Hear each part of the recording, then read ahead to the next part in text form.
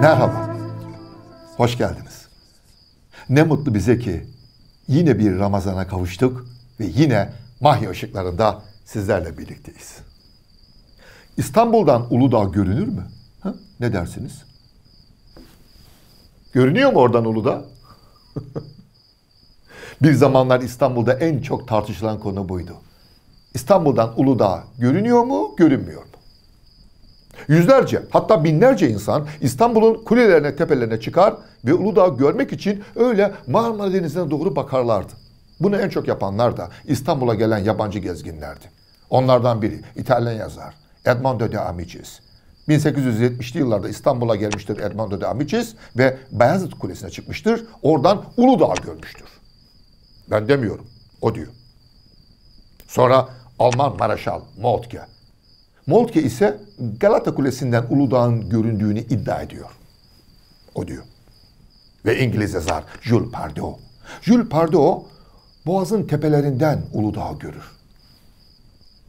Salah Birsel üstadımız, ah o güzelim Salah Birsel, ah Beyoğlu, vah Beyoğlu, Boğaziçi şıngır mıngır kitaplarını kaleme alan Salah Birsel, böyle bir şeyin olamayacağını, görünenin Yalova'daki Samanlı Dağları olduğunu iddia ediyordu. Bizzat kendisiyle konuşmuştum bu konuyu Salah Birsel'le. Salah Birsel'in aynı konuda bir de denemesi vardır kaleme aldı. Samanlı Dağları'dır görünen Sunay diyordu bana. Samanlı Dağları'nın iki yüksek tepesi, biri Keltepe 1600 metre, öteki biraz daha İstanbul'dan güneydoğu cephesine bakarsanız Kartepe 1700 metre. Görünenler o dağlardır diyor. Oysa o yıllarda, eski tarihlerde İstanbul'dan Uludağ'ı görmek için tepelere ya da kulelere çıkmanıza hiç gerek yoktu. Osmanlı Sarayı'nın mutfağına gitmeniz yeterliydi.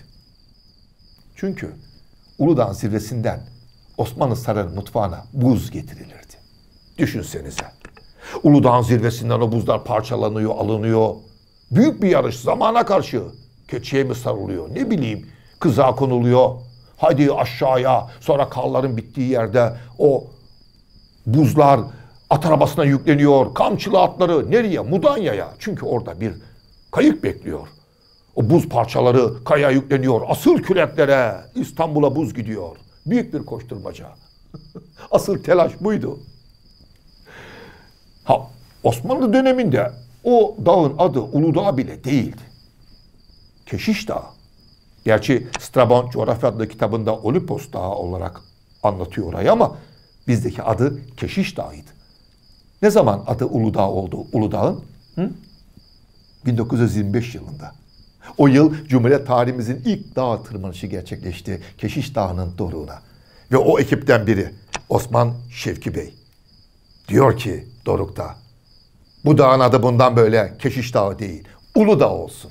Evet, Uludağ adını veren bir tıp doktorudur. Doktor Osman Şevki Uludağ. Kardiyolog. Hayatı salgın hastalıklarla mücadeleyle geçmiştir Osman Şevki Uludağ'ın. Bursa Verem Savaş Dispanseri'nin kurucusu. Ve de müziksever, çok değerli bir insandı. Devlet Konservatuvarı'nda Türk Musikisi bölümünün açılması için büyük mücadele vermiştir Doktor Osman Şevki Uludağ. Eğer İstanbul'un kulelerine ya da tepelerine çıkar da Uludağ'ın görünüp görünmediğini merak edip şöyle Marmara'ya doğru bakarsanız dudağınızda bir de Genç Osman türküsü olmalı. 4. Murat döneminde Bağdat'ta ölen bir Yeniçeridir Genç Osman. Onun hakkında Anadolu'muzda pek çok halk ozanı çok güzel epik şiir yazmıştır. Barış Manço ne de güzel söyler onlardan birini. Hatırladınız mı? Ha? Genç Osman dediğin bir küçük uşak. Beline bağlamış ibrişim kuşak. Askerin içinde birinci uşak. Allah Allah deyip geçti Genç Osman. Ne bilgisi var? Çünkü bu türküyü bize kazandıran, onu derleyen, Uludağ'da Uludağ adını veren Doktor Osman Şevki Uludağ'dır. Ve yine 1885 yılında Uludağ'dan bir koşturmaca İstanbul'a doğru. Buz mu getiriyorlar? Hayır. Bir haber. Eskiden Ramazan ayının başlaması hilalin görülmesiyle mümkündü. Ve 1885 yılında Ramazan ayının başladığı haberi Uludağ'dan taşınmıştır İstanbul'a. Çünkü hilal ilk kez Uludağ'ın zirvesinden görülmüştür. Büyük bir koşturmaca. Düşünsenize olimpiyatlarda hani geliyor ya yazın Tokyo olimpiyatları, meşale taşınır ya.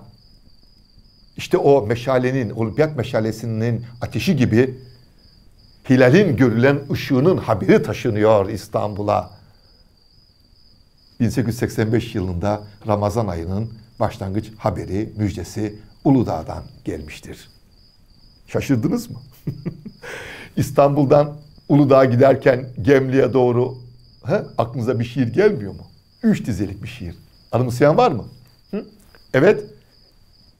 Gemli'ye doğru denizi göreceksin. Sakın şaşırma. Kimin şiiridir? Tabii ki Orhan Veli. Orhan Veli çok güzel bir şair. Fakat biliyor musunuz çocukluğundan beri yetişkinlik döneminde de Hacivat ve Karagöz oynatırdı Orhan Veli. Ah güzelim Orhan Veli. Bugün 13 Nisan. 2021 Ramazan'ının başladığı ilk gün 13 Nisan. Orhan Veli'nin doğum günü bugün. İyi ki doğdun Orhan Veli. Ve hoş geldin Ramazan. Yarın yeniden aynı saatte birlikte olalım. Sürçülisan ettiysek affola.